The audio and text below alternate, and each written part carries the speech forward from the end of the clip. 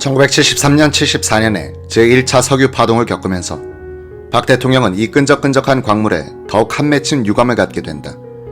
이러한 심리 상태가 빚어낸 것이 포항 석유 대소동이다.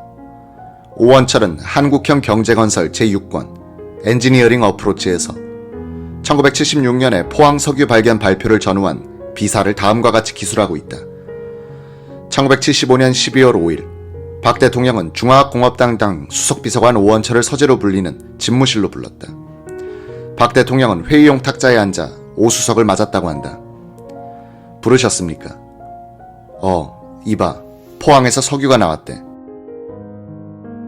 박 대통령은 시커먼 액체가 들어있는 링거병을 보여주더니 마개를 뽑고 액체를 큼직한 잿더리에 조금 부었다.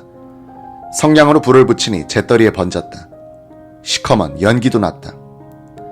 오원철은 순간 이상하다는 생각을 했다고 한다.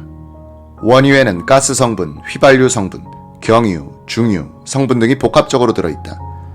여기에 불을 붙이면 가스 성분이 펑 하고 소리를 내면서 불이 붙는다. 그런데 이 기름은 정제되어 나온 석유처럼 얌전하게 불탔다. 오 씨는 직감적으로 원유가 아니란 생각을 했다. 박 대통령과 함께 기뻐할 기분이 내키지 않았다는 것이다. 오 씨는 석유가 나온다면 얼마나 좋겠습니까? 라고만 했다. 각하 그 기름을 분석해 보겠습니다. 제게 주십시오. 오 씨는 링거병을 가져와서 김광모 비서관에게 보였다. 또 누가 엉터리 보고를 했구먼요.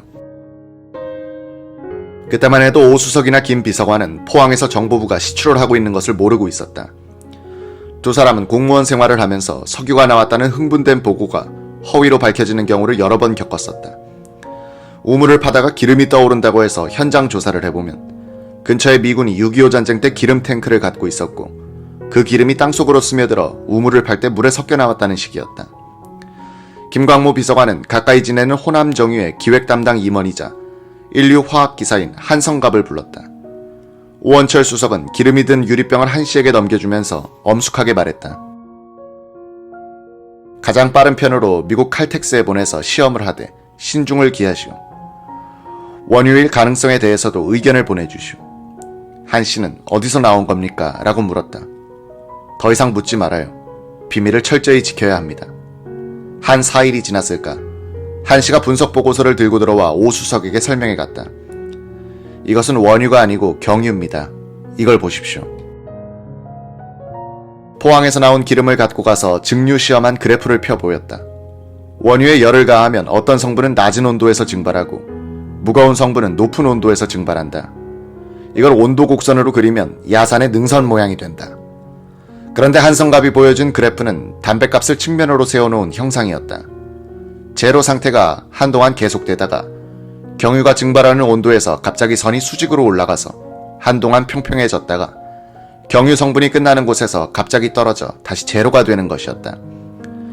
이 그래프를 보고 오원철은 이 기름은 경유 성분만 있고 다른 성분은 없다는 것을 간파했다. 휘발유, 등유, 경유, 중유 성분까지 두루 갖추고 있는 것이 원유인데 경유 성분만 검출되니 이 기름은 경유일 수밖에 없는 것이다. 한 씨는 이렇게 덧붙였다고 한다.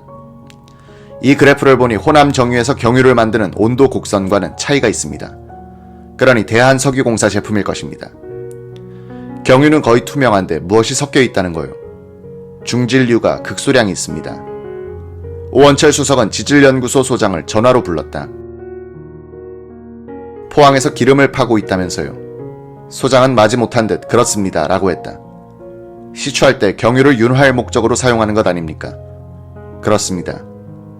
오원철은 포항 비공에서 경유가 나왔고 정보부에서 이를 원유라고 오해한 까닭을 이렇게 추리해보았다.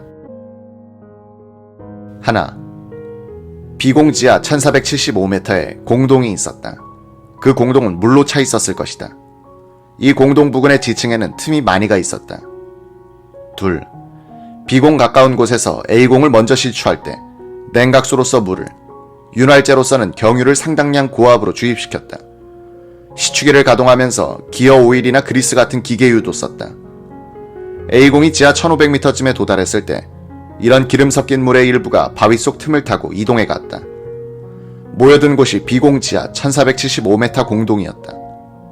여기에 조금씩 모여든 기름이 수십 리터가 됐다. 셋. 이런 상황에서 새로 시추하기 시작한 B공의 위치가 바로 이 공동이 있는 지상이었다.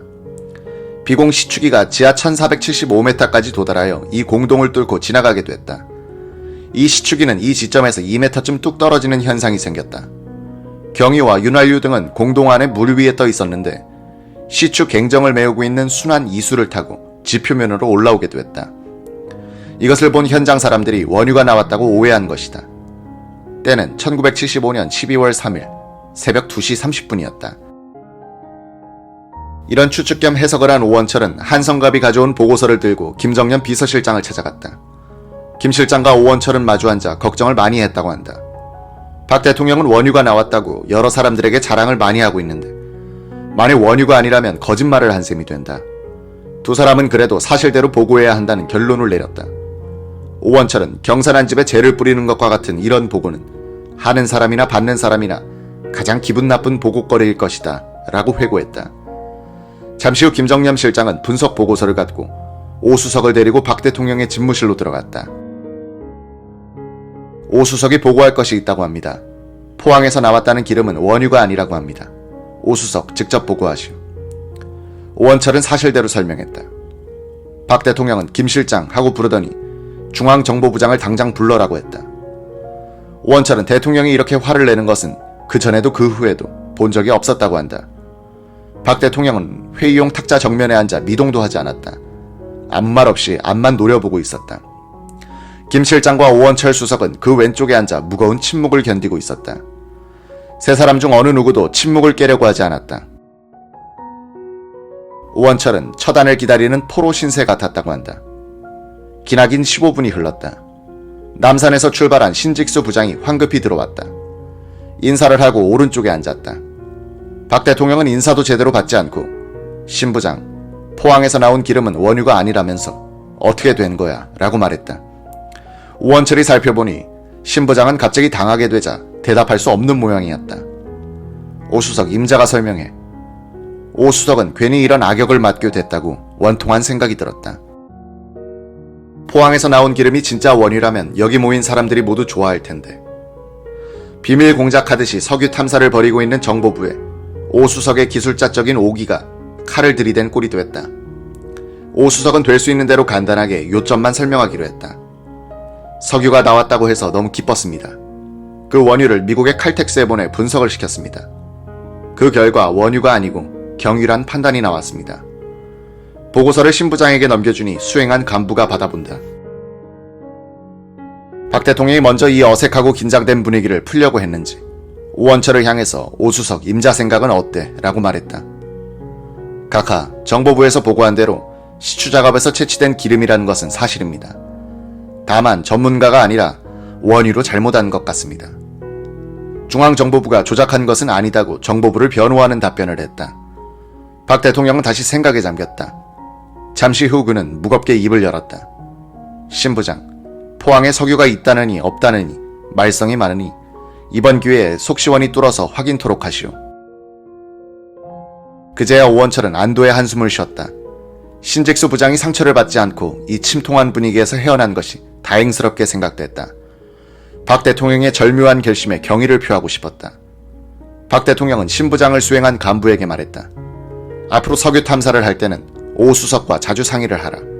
그리고 오 수석을 통해서 보고토록 하라.